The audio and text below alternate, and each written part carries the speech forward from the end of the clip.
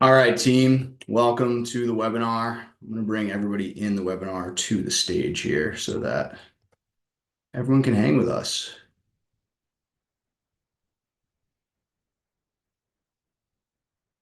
Hey, everybody, welcome in. Hi, Mike.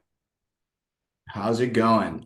Eric, we're just going to jump right in. So I haven't had a chance to take a look at the deal that you're presenting. Had a lot going on today, but that's part of this, right? Like I want to be able to show everybody on the call how quickly and easily we can look at these deals and get a read on them. So for everyone's knowledge, I don't know anything about Eric's deal. He sent it to me earlier. I didn't have a chance to look at it. So we're going to dive into a 5 minute deal evaluator. Eric, have you had a chance to fill out a 5 minute deal evaluator for this specific investment, or do you have the inputs, one or the other? I haven't done it. My inputs are in my spreadsheet, so probably not super useful to you. That's fine. Um, Perfect. So what I'll do is I'll open a 5 minute deal evaluator on my screen, and then I'll just ask you for the inputs. Sound good? okay. Perfect. I'll try Let to me keep up because it's a pretty confusing deal with a lot of moving parts, so I'll do it the best I can.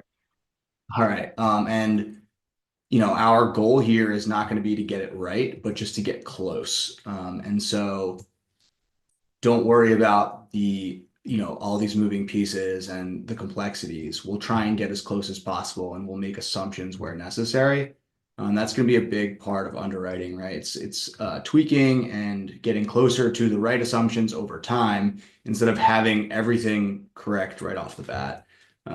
It's impossible, right? It's always going to be wrong anyway, so we might as well, push through it knowing it's going to be wrong versus getting hung up on all the little ifs and what ifs. So here we go. I'm going to share my screen here. Yeah. So for everyone listening in on a live stream, the 5 minute deal evaluator can be found on our school page here. So if you want to actually open this up, it's a read only. The link is, oh, I don't think it's here. So, let me, oh, here we go. That's the paid community. Here it is right here, the 5 minute deal evaluator. So if you just click that, you'll actually be able to open this up alongside us and see what we're doing here, if you'd like to do that. So anyway, without further ado, let's jump in here. Eric, I'm going to walk through each of these assumptions in blue. You can just tell me what they are. So we'll start with the purchase price over here on the right side. I know that's in two. I do like to start with the purchase price just so we can see, all the outputs filling out as we go along. So go ahead. What is the purchase price if there is one? 2.295. 2.295. 2.295 million.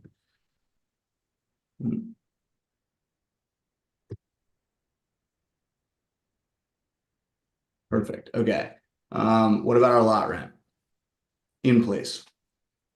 350. Okay, 350. If you had to rent the home, how much would you rent it for? Or if they are renting any of the homes for, lot rent and home rent, if it's a Oof. POH, the Yeah, total so rent. there are a lot of park-owned home rentals. And they vary from 750 up to 900. Okay, so you want to take something in the middle there, like Yeah, I think 800, maybe eight. Let me 825? just, yeah, 825 might be a good average.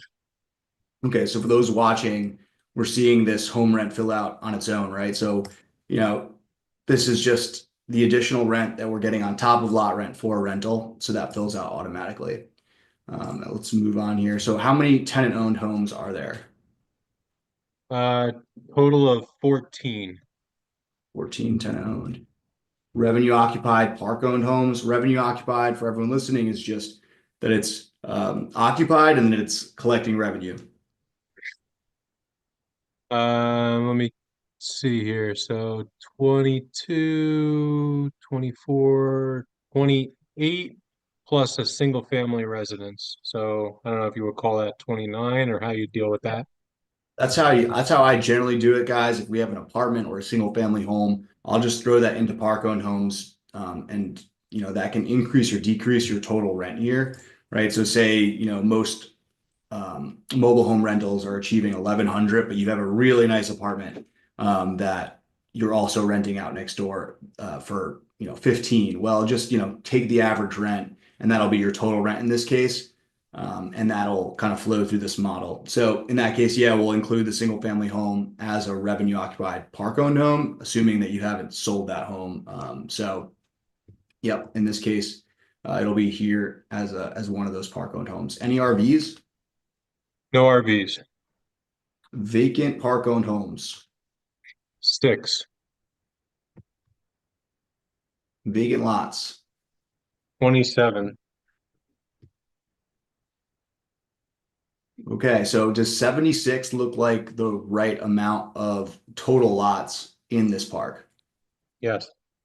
Perfect. All Well, right. we think so. The broker doesn't actually know how many vacant lots actually have utilities stubbed or just like grassy areas that a home could go to one day. Yeah, So, of course they want to tell you there's 76 total lots, but he doesn't even know if there are utilities to all of them. So I'm not really sure how much value we want to place on those vacant lots, even if they did have utilities, and certainly if they don't. right. And so this is something that we teach pretty broadly, and that is do not place any value on the vacant lots unless you're in a place where you can achieve significant rents, like $1,000 a lot. It's going to be a lot of work and a lot of cost to develop those lots. Now, if they already have utilities on them and all you need to do is bring in like a used home and you're tight with a Lonnie dealer or you're partnered with a Lonnie dealer, like I happen to be in my New York park, in this case, it would cost. It sounds like to me that they're just grassy patches and there's a lot of work to do from a development standpoint. So we could just leave them in vacant lots for now. We're not going to assign value to them at the moment. And as you do more diligence, you dig into this more, you can assign value in the stabilization inputs because regardless of if they're developed, these are going to have to move from here to, these the revenue occupied status, after stabilization. So again, for everyone watching, like these are day one inputs. After we're done with the day one inputs, we're going to move down here to the stabilization inputs, and we're going to move some of these vacant POH into like these categories, and maybe these vacant lots into these categories if we're feeling really lucky. Because again, it's very difficult to do development in mobile home parks right now because of the cost of development. It's typically around 75 to $100,000 a site, so you really need to achieve high market lot rents in order to make that worthwhile from a development standpoint. So we're just going to ignore those vacant lots for now. That's a long way of saying don't assign any value to that unless you're sure that you can bring in used homes, and they already have utilities there. Any idea of the expense load? What's the total expense load here? Yeah, I'm just adding that up because actually two parks together here, so I'm just gonna add them together. The total expenses for everything, Yes, sir. 124, call it 124,000. Do they have any expense recovery? Yeah, not doesn't look like it. Yeah, it looks like no recovery for water or sewer. Um, but that does include repairs and maintenance on the park-owned homes and stuff too. So I don't know if you separate that out or what. Um, well, so repairs and maintenance on park-owned home is going to be capitalized cost. And for those listening or for those without an accounting background, a capitalized cost means we're going to assign the cost of refurbing those homes, unless it's just like a turnover cost, like putting a fresh coat of paint. We're going to assign the costs of refurbing those homes to the actual home itself.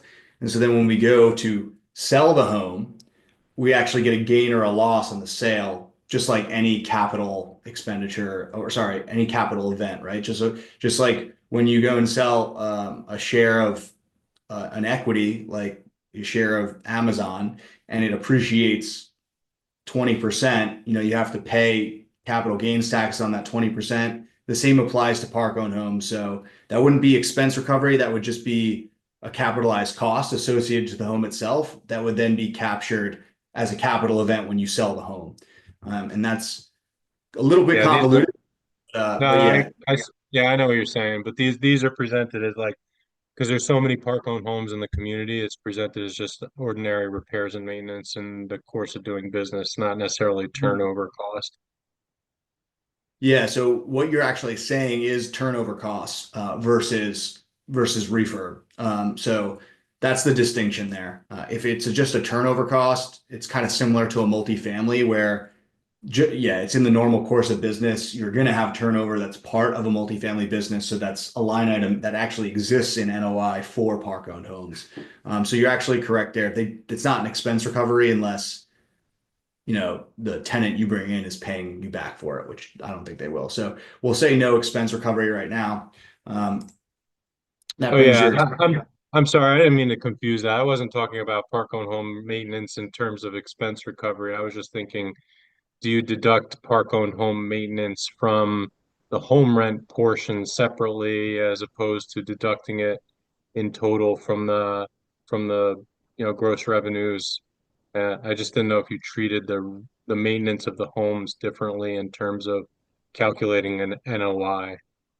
you sorted it right. So like we're again, this is a 5 minute deal evaluator, so we're not going to get into like how to properly account for the lot rent side versus the home rent side. Like theoretically, if you look at this from a professional standpoint and from a professional accounting standpoint, those two line items should be, or those two revenue streams and expense streams should be separated.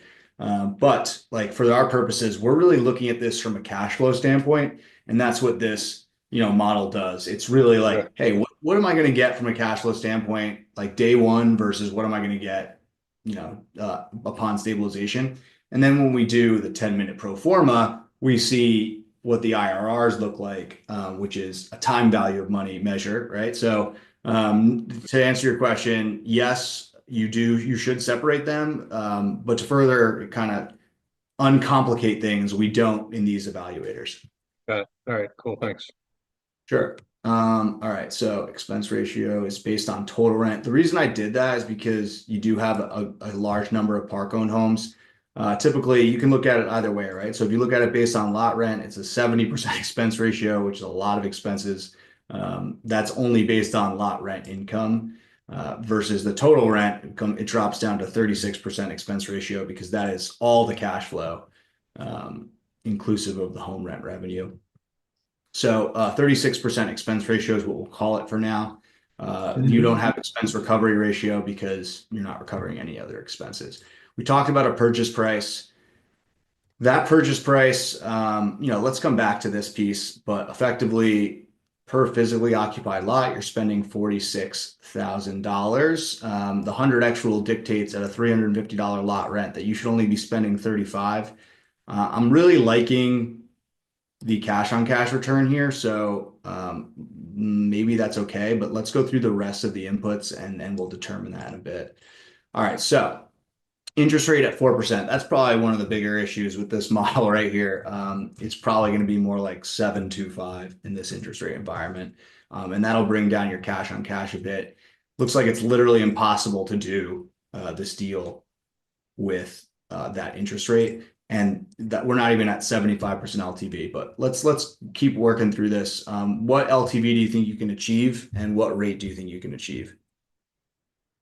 Yeah, so it sounds like 725 is probably reasonable. The brokers say that they worked with a bank that lent on a similar property nearby at 75 LTV.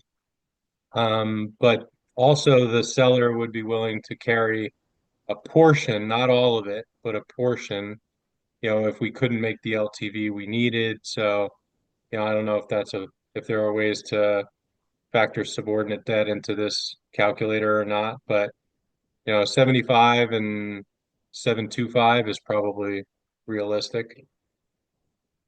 Yeah, so the way I would approach that is like doing this on a blended basis if I were going to use this calculator, meaning your weighted average interest rate based on how much is coming to the subordinate debt versus the loan you're getting from the bank.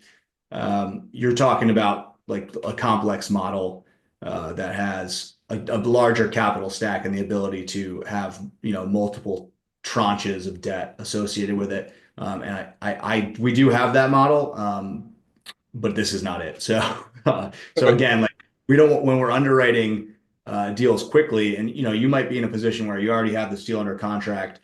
This model is more so for, hey, let's get a quick understanding of whether or not it's worth putting an LOI on this deal.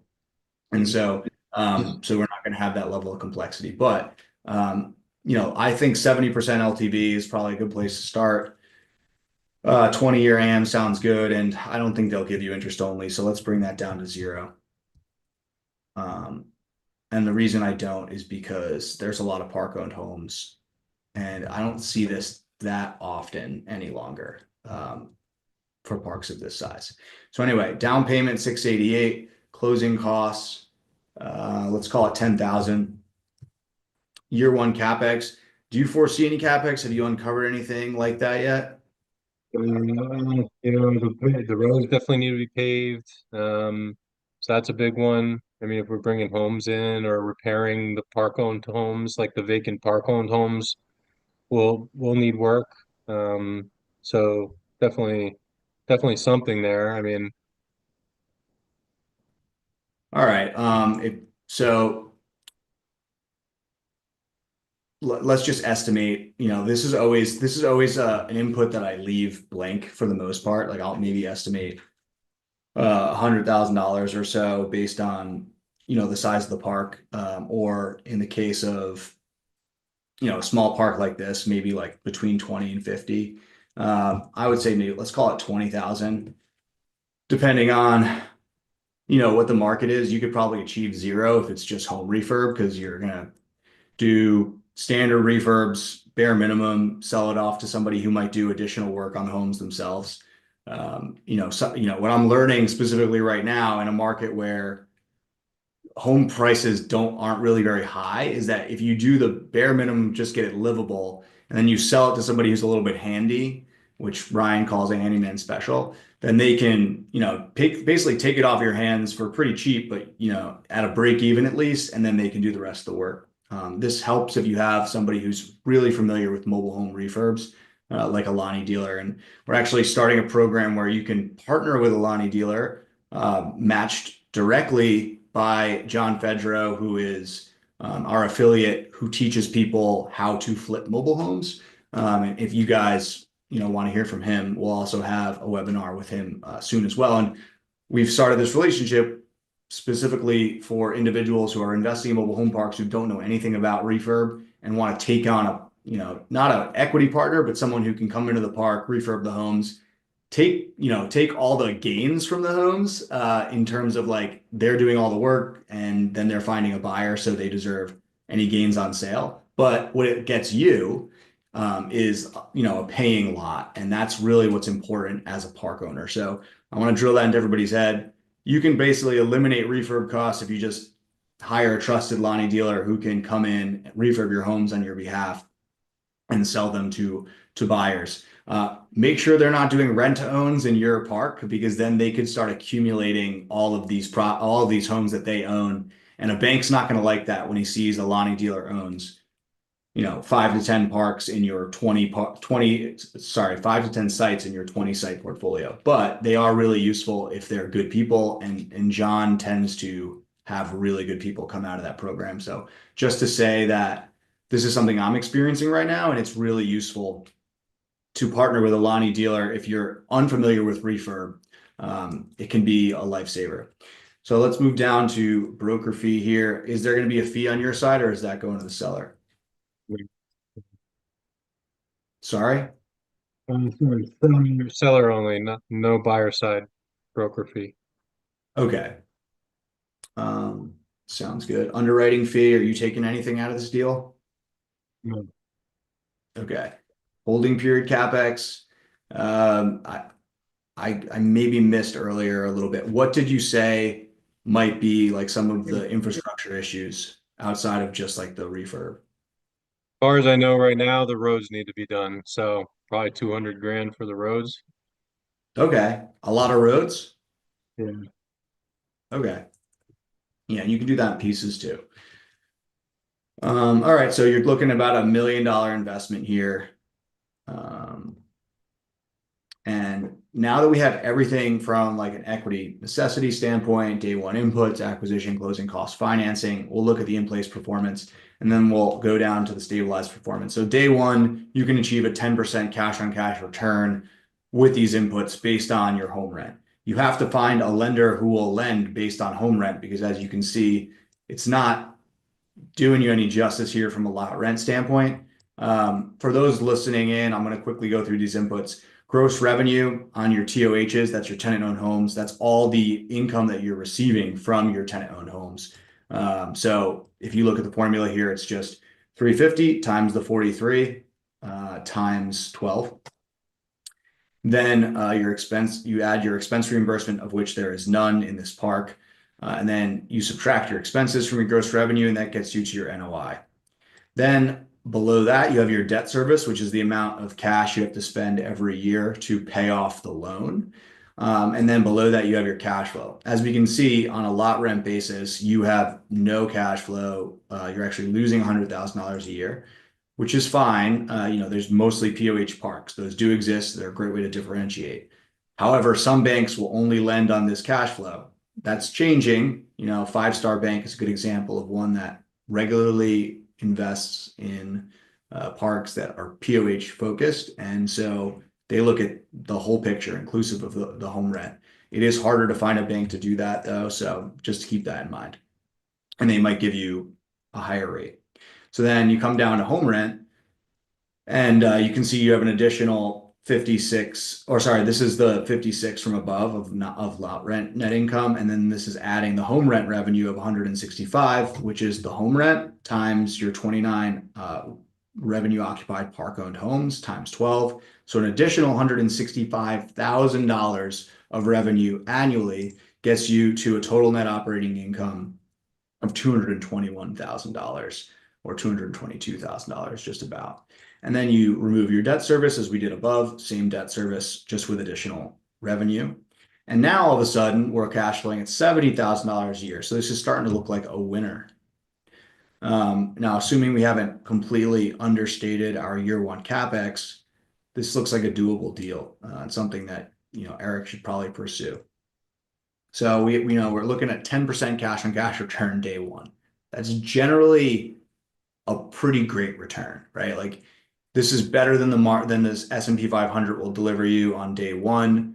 Of course, there's going to be a lot of work to do, but you're already getting the benefit of significant cash flow right off the bat. Um, the question I have is like, what's wrong with this deal? So I guess we're going to dig into it a little bit more during diligence because it seems like a great deal. Did you find it off market here, Eric, or was this brokered? You said it was brokered. Yeah, it's brokered. It's been on the market for a while, so I'm trying to figure out what's wrong with it too. And nobody snatched it.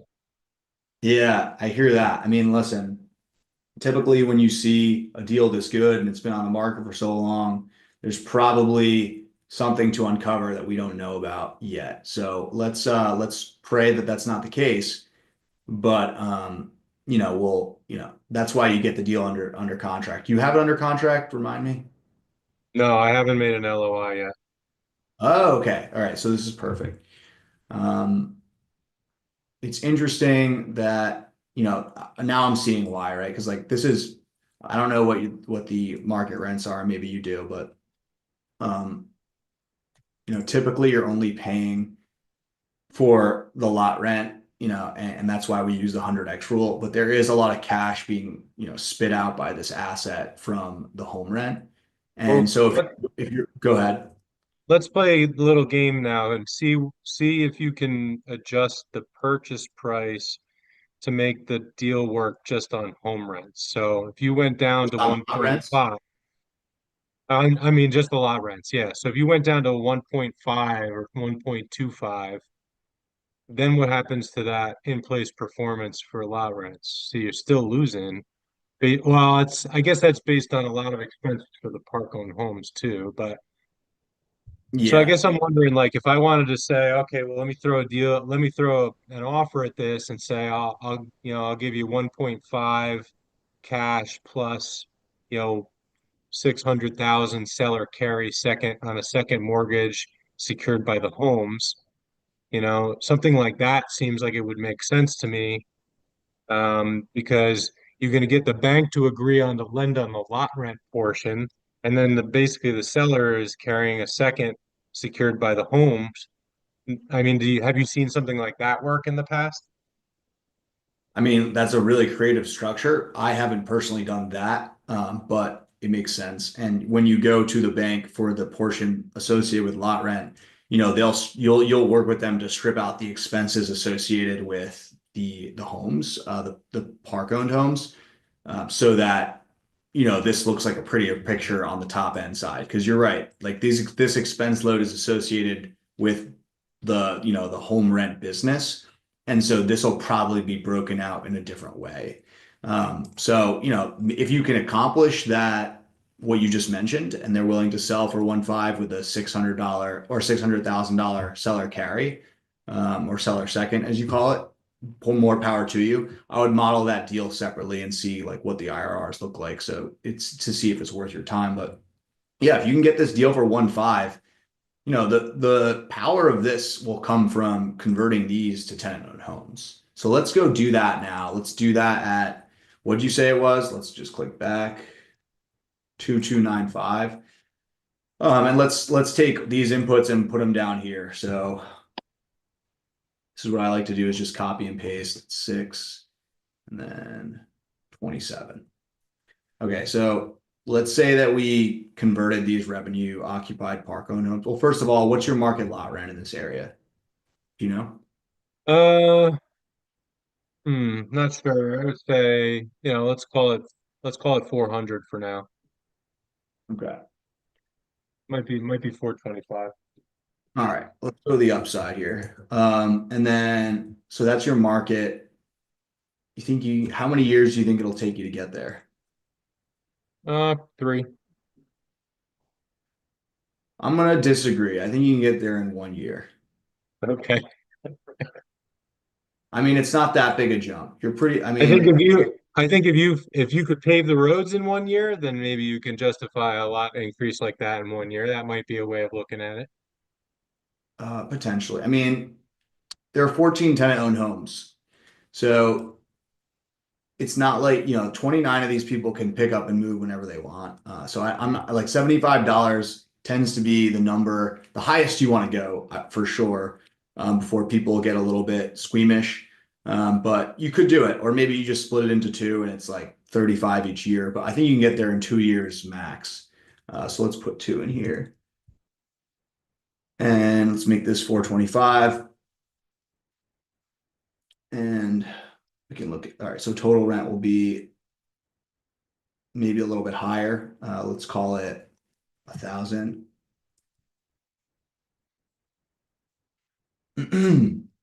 Let's call it 900. Let's be conservative.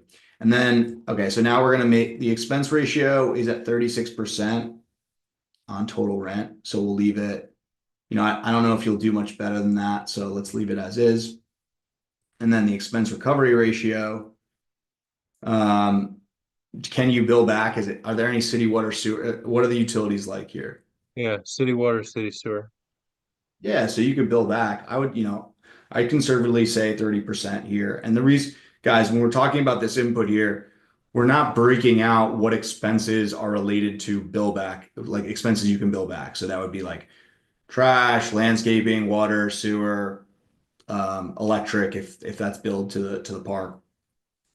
This is on a total expense basis, right? Because this is an easy model. So typically you can achieve an 80% up to like an 80 to 90% recovery ratio on your recoverable expenses, inclusive of water.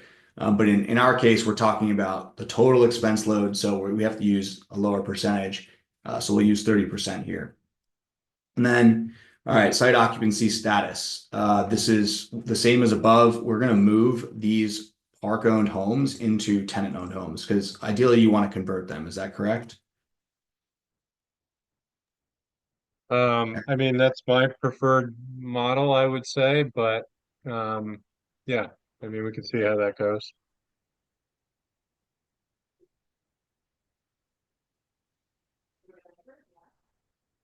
These vacant POH, I assume you want to fill up, right? So maybe we make those. Yeah, I would like the deal. Oops, sorry, my kid's ready. All right. So I want to take this back.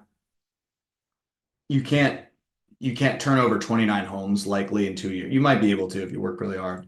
I would say this is probably three. And so this can be a little bit higher. So let's call it 450. Yeah, I'd like to see the deal work without assuming I have to fill vacant lots, since that seems like a big question mark at this point. Um, yeah, I definitely would like to convert some park-owned homes, but the cash flow of the park-owned homes does look attractive. Yeah, I mean, look at that, right? Because you're only achieving a 4.3% cash on cash return if you go ahead and convert all those homes to lot rent only. And so the deal starts to look a little sour when you take away all that additional revenue associated with the park-owned homes. And so now we can go back and say, well, let's do 1.5.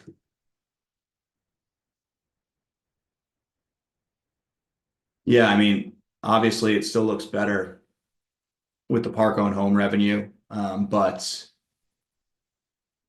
the reason is because your lot rent isn't much high or your market lot rent isn't much higher than your existing lot rent, so there's not that much upside to capture here.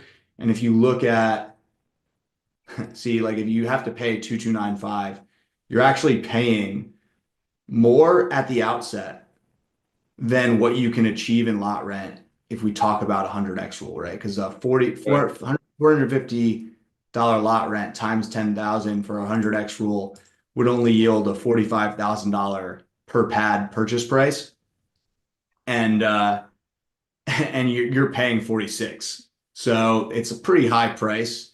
So like I think the deal works if you keep this a park owned home model, but if you don't, then the price needs to come down to like 1.5, let's call it.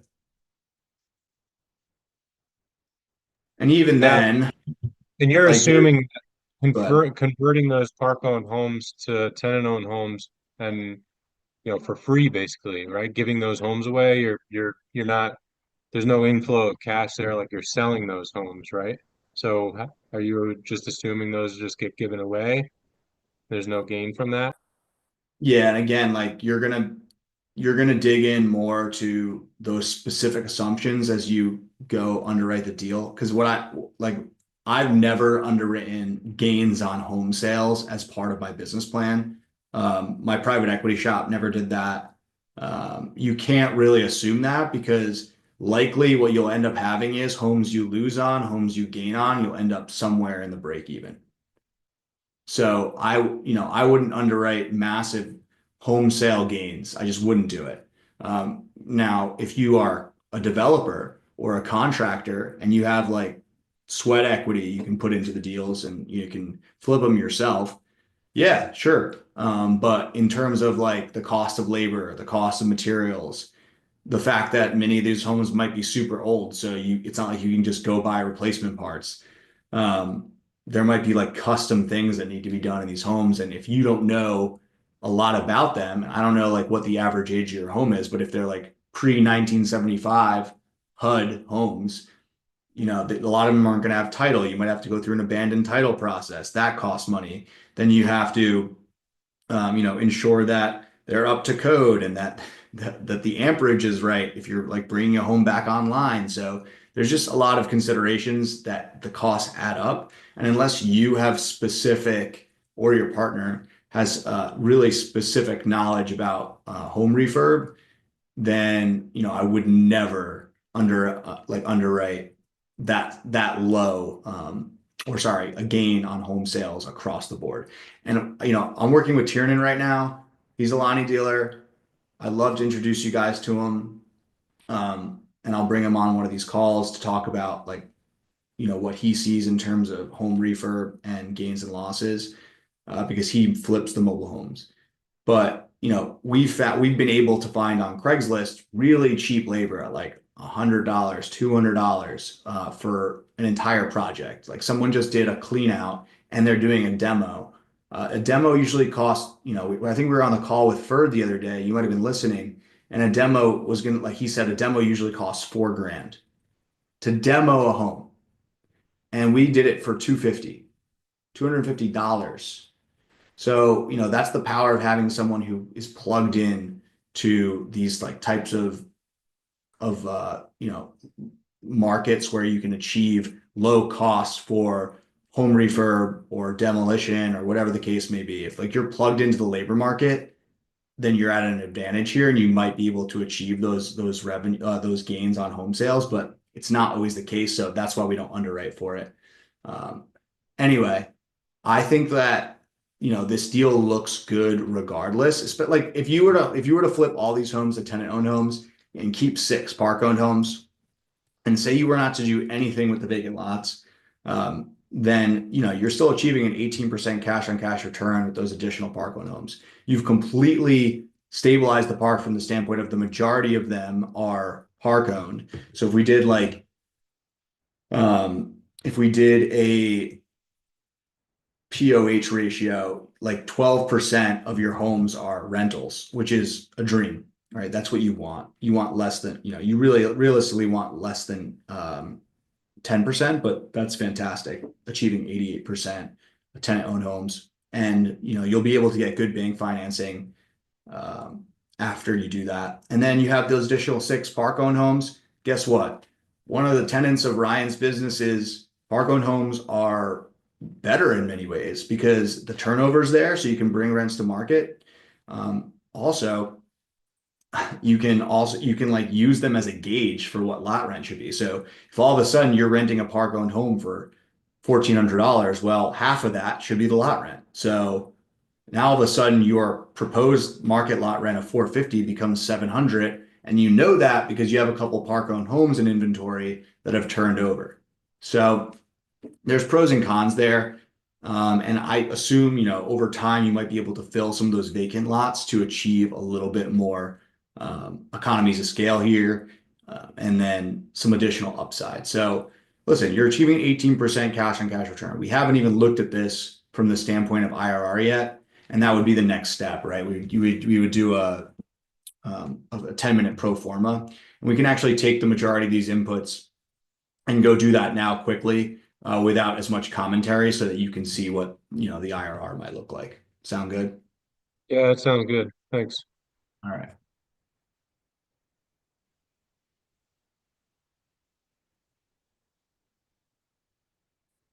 And for those watching on the live stream, there is, you guys won't have access to the 10-minute pro forma, unfortunately. But if you join the mastermind, you will. So let's jump in here. All right. So what I'm going to do is I'm going to pull this one up over on the right-hand side. And I'm just going to start popping these inputs in.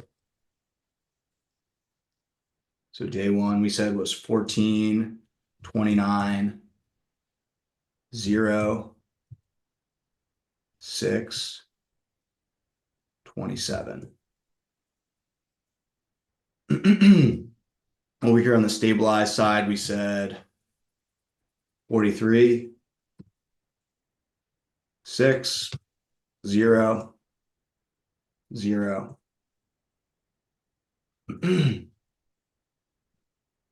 And 27. And maybe you want to, yeah, let's leave that as is, just being conservative. Down here in the day one lot rent, we had 350.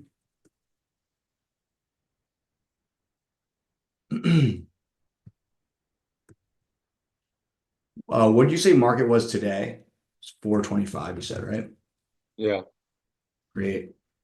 Total rent, we said 825. And then we said 900 here.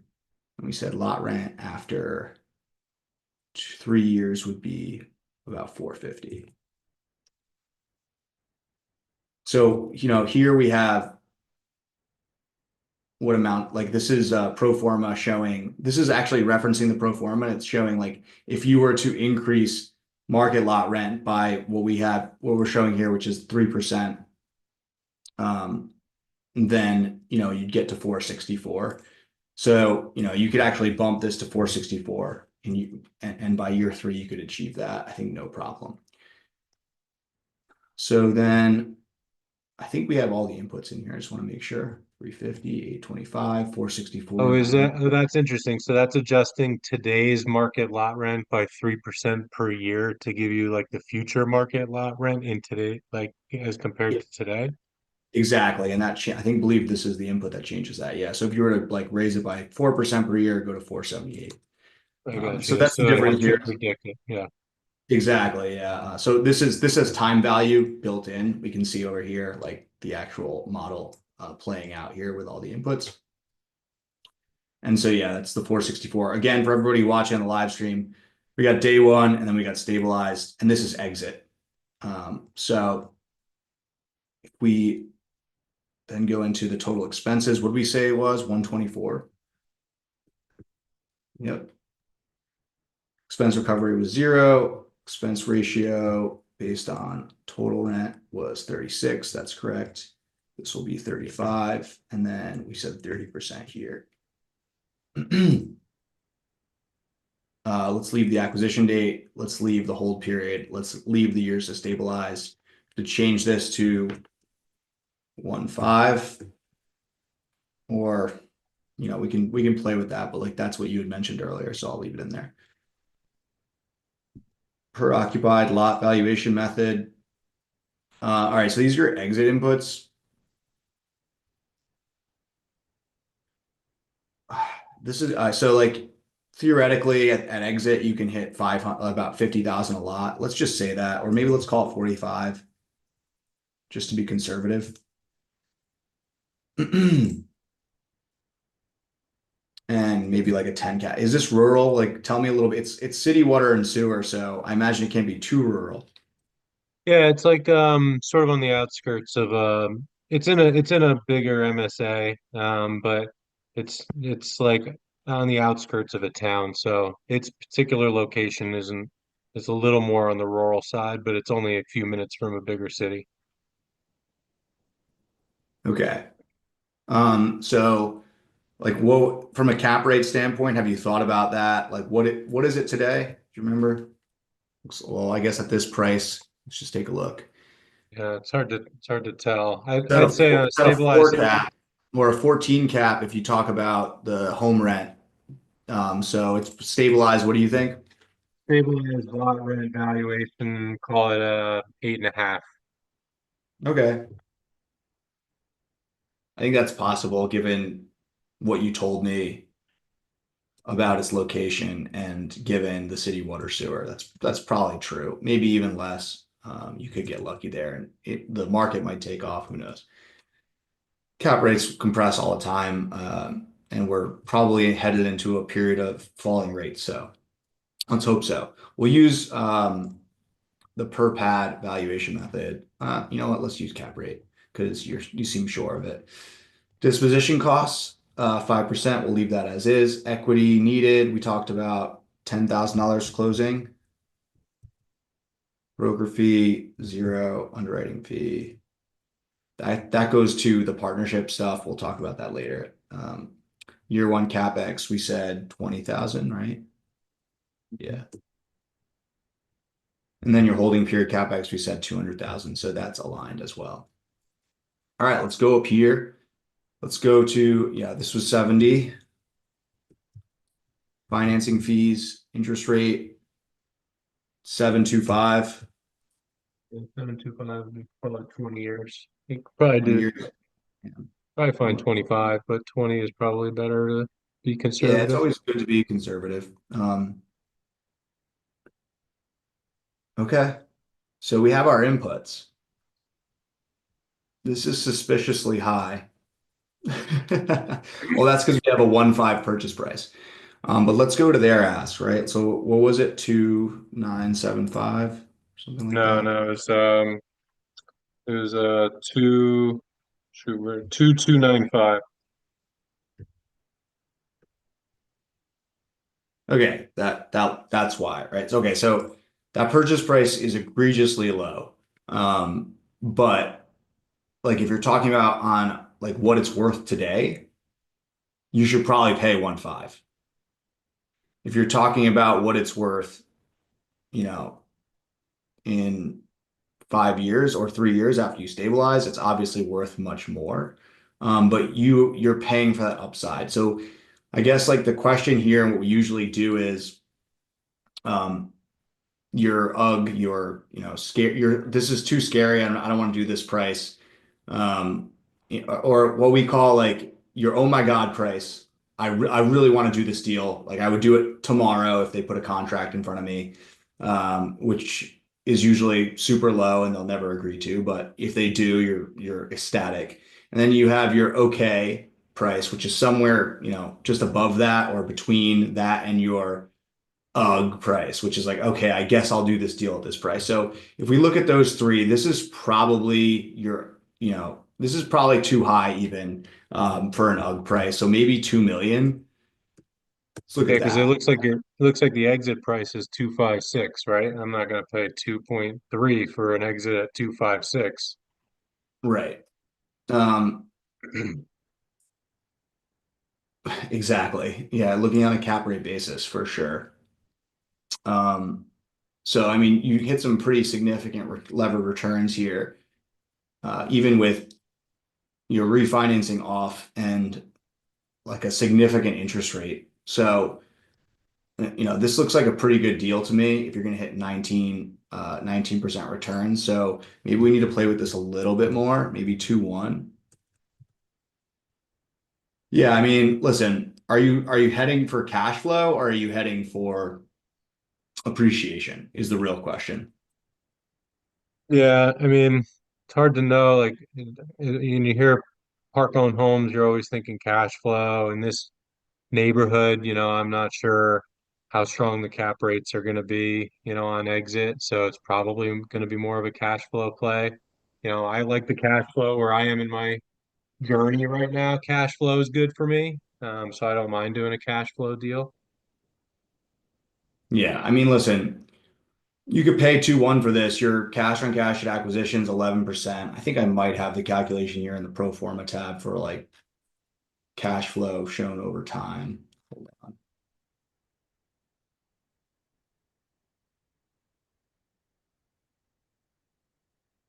I do not. So, oh, here it is. So you're starting with 11.4 and then it's dying over time. And can you guess why? The holding period capex. That, but more so because you're losing home rent because you're converting over time to tenant-owned Oh yeah. homes. That massive amount of cash flow is slowly deteriorating your cash on cash return. Even though it's massive upfront, it becomes less and less over time. And how does the So calculation distribute that holding period capex, that yes, $200,000 figure? so you see right here in 61, Yeah. it's over the hold period, and I'm not sure if I've included in here an option to distribute that over more time. I can. I haven't, but I can. And it's in our more complicated model that's in the course. You can like determine how long you want to distribute that, Yeah, or no, you want to I don't distribute it understand. in year 5 because you don't want to pave the roads until you sell it to make the park look really good. It can just be one $200,000 disbursement in year 5 or something like that. But that's in the more complicated model. In this case, it's just evenly spreading that holding period capex over the course of the 5-year hold. Yeah. So in any case, that's what's going on. Your cash flow isn't fantastic, but it's not bad. It's pretty good. If we go down here and we start talking about the promote split, is this an all equity deal on your side, or are you taking on investors? No, I mean, I don't have $1 million, so I would have to bring on investors. Do you take a sponsorship acquisition fee or no? maybe if it if it if it pencils. Yeah, it seems to pencil. I mean, listen, it looks like, based on your acquisition and disposition fee, or if you were to take on some equity and maybe put 10% of the deal, um, put 10% of the LP equity in, you're in for 74,000 and you're immediately achieving more than that in your acquisition and disposition fee. So, that's the power of being an LP, right? Or sorry, being a GP and being the sponsor of the deal. If you're going to do all the work to underwrite this deal, maybe you found the deal, maybe it's not brokered, then you can claim these higher acquisition and disposition fees, which are going to be your lunch money while you're doing this turnaround, right? So, especially if you guys leave your W-2 and you start raising capital from investors, it's going to be super important to be charging these acquisition and disposition fees and then some management fees along the way so that you can feed your family between the time that you purchase it and the time that you sell it. Because a lot of the cash flow is going to be going to those investors, right? And then, um, you're not really going to see these capital events until either a refi or you go and sell the park in year five. In this case, year five. So all that to say, you're entitled to your acquisition and disposition fee, and you should take it if you can get it. It's all going to be based on, who you're raising from and whether they're willing to pay it to you. Anyway, we have a promo structure here. It looks like after 8% distributions, it's a 35-65 split. That's probably aggressive. Maybe a 20-80 split. And then if we come up here and look at your GP level returns, well, hell yeah, Eric, you're going to make a 22% return on this deal, and your investors are going to make, at 2-1, a 15.6% return. And I'd be willing to bet that the majority of, investors are going to be pretty happy with that return. Um, Obviously, they'd like to see in the 20s, and some people can achieve that. But if you return me 15%, I'd be pretty damn happy with that. But this all hinges on a lot of work on your part, right? Like, consider turning six vacant park-owned homes into paying lots, right? Because that's going from here to here, and then turning 29 park-owned homes into tenant-owned homes. So you have to do a lot of sales. This is not going to be an easy business plan, but it looks like it would be worth it, right? Putting $110,000 in profit in your pocket, that's uninclusive of, the $100,000 you make at acquisition and disposition, give or take. And then not to mention the management fees that you'll collect along the way. So, I think it's a good deal. Maybe if you really believe in the deal and you can afford to put a little bit more in, you actually start to see your GP return come down. And the reason for that is you're putting more equity into the GP side and you still have the same split, afterwards. So, all this to say, maybe you did 15% and this becomes 25 or something like that. Now you're getting more of the upside and your GP ups goes up pretty significantly. So, I would do the deal, or I would at least put it under contract. Try and tire kick a little bit, but 2-1 seems to get the job done if you're not super focused on cash flow. And remember, Eric, if you're doing this deal as a GP, you're sponsoring the deal and you're gonna be the manager of the park. You're also getting the cash flow from the management fees. So, when you model this deal in real time on like an actual model, again, this is why we call it the 10-minute pro forma. It's a shotgun. There's a lot of inputs here and outputs that you don't see, inclusive of the entire P&L. If you'll notice, there's no P&L here. So, this is really just to say, hey, like, what do my levered and unlevered returns look like at the deal level, and what do they look like for my LPs and me as the GP? And if the answer is they're pretty good, then you move into the contract phase pretty quickly. Any Yeah, questions? super interesting. I appreciate it. These park owned home, like underwriting these park owned home deals is always so confusing to me. So yeah, I appreciate that. That's really interesting. Absolutely, man. If you have any other questions about this deal specifically, you know where to find me. And if there's any questions, we have a only a minute left, but does anyone on the webinar have any questions?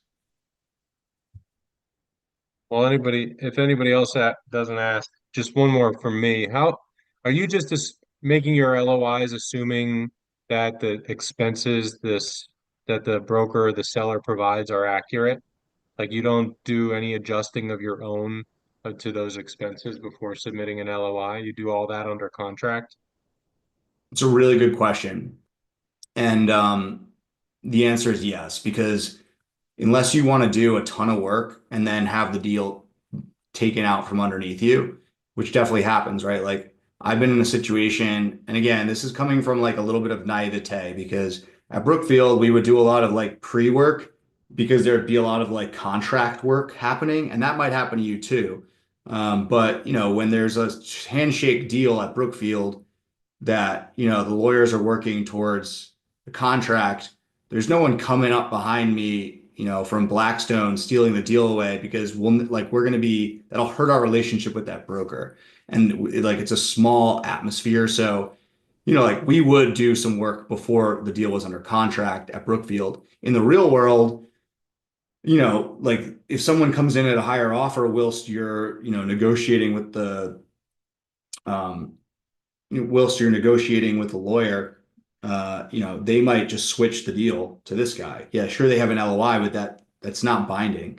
So, that's why we try and get the deal under contract really quickly and then figure out all those things. Because once you have control of the deal, you have all the time in the world to go and call the local trash company and see if you can get a discount and shop around for insurance and, figure out if there's leaks springing up all over the park.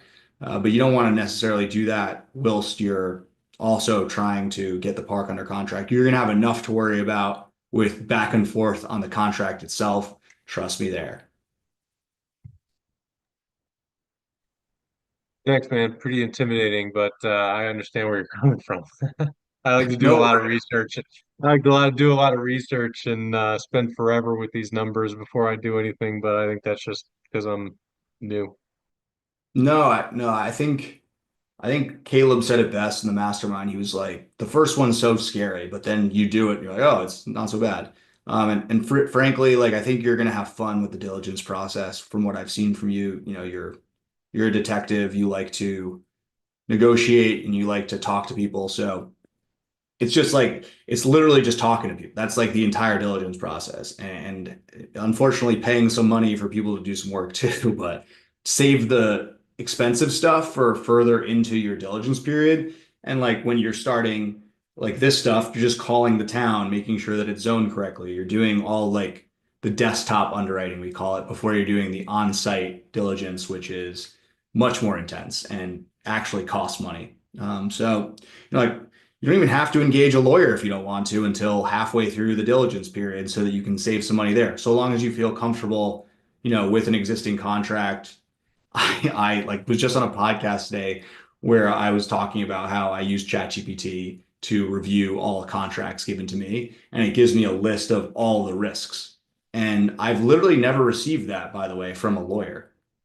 I've never, like, no lawyer has ever given me, here's a list of all the risks in this contract and how to mitigate them. And I just felt like I was having my hand held through uh, the legal process more so by an AI than I was an actual person. And it just made more sense to me. Like it literally laid out everything that I needed to do in that contract to make it more favorable to the buyer. And then it was like, do you want me to implement these? And I was like, sure. And then it was like, here's how you would, here's a clause you would add into this part of the contract to protect you. And I literally added those clauses and I asked, I had it ask me questions based on what it gave me. And, and then I sent that off to their lawyer. The lawyer had some red lines, but he was like, oh, this is pretty good. He sent it back to me and I didn't use a lawyer for the first 15 days of diligence. And then when I got through that initial period, I invested the money in an attorney. But all that to say, like you can get scrappy in today's day and age. So don't be scared. I would jump in with 2 feet. This deal looks like it could potentially be a good one. It's just going to come down to deciding what you want to pay for it. Doesn't it always? Thanks, Yeah, man. I absolutely. appreciate the help. This has been awesome. Thank you. Glad to hear it, my friend. All right, guys, we're a little bit over. I'm going to let everybody go, but I really appreciate everyone joining tonight. We'll have another one next month. And in between, there's going to be a ton of different webinars. I think we have Metron next week that we just scheduled. So they're going to do like a case study. They're going to show you how Metron saves you a ton of money. I think, Eric, for you, given this park in particular, that's going to be extremely useful since you have city water and sewer. And then I think following that, we have Judah next week or the following, who's going to be going through the capital market situation right now and how he sees rates either coming up or down over the course of the next few months. That's going to be incredibly useful for all of us. And it's going to be mobile home park specific, right? So that'll be helpful in understanding how rates change for MHPs. So wanted to say thanks again, guys. If you're not in the paid mastermind and you want to join up, more than welcome to just shoot me a DM and I can walk you through what the differences are. You get access to this 10-minute pro forma. You get access to a ton of different stuff in there. So, I urge you to give me a call and we can walk through it or just take a look through some of the marketing materials we have. But really appreciate everybody joining. Talk soon.